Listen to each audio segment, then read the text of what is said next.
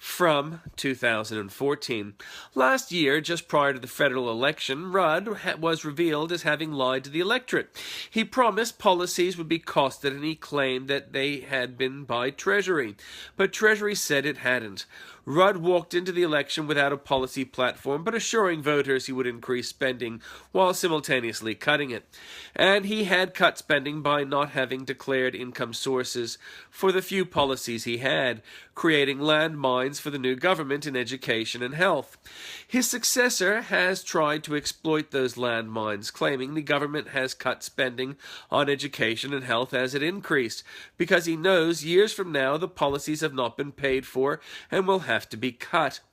The media have joined in, and the dance have been quite successful, according to the polls, at making the electorate forget how bad the Rudd government was.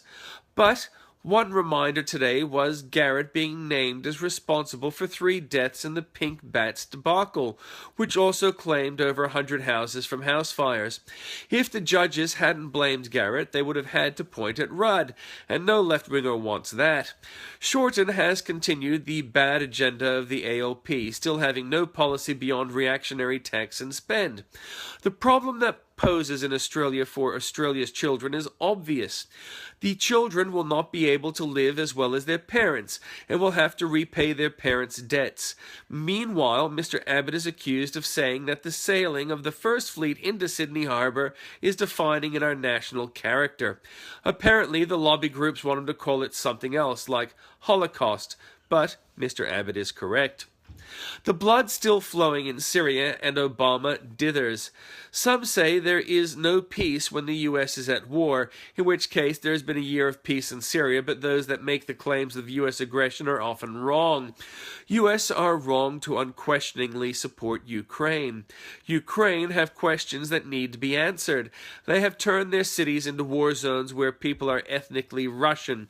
This cannot be excused. The Ukrainian government is illegitimate.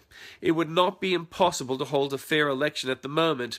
We do not know exactly what happened with the shooting down of MH17. Ukraine acted to prevent international police from collecting bodies. Ukraine has support from Washington, and Putin does not have support from Washington. Washington needs to explain her position. If Obama has backed the assassins of MH17, he needs to be impeached. Last year, Obama wanted to bomb Syria in support of ISIS. This year, he is bombing IS in Iraq. The only consistent thing is Obama wasting money. Meanwhile, Putin is smeared as having said that Ukraine are like Nazis. What he had said was the sieging of Russian ethnic Ukrainian cities was as barbaric as the Nazis had been at Leningrad. Putin is right.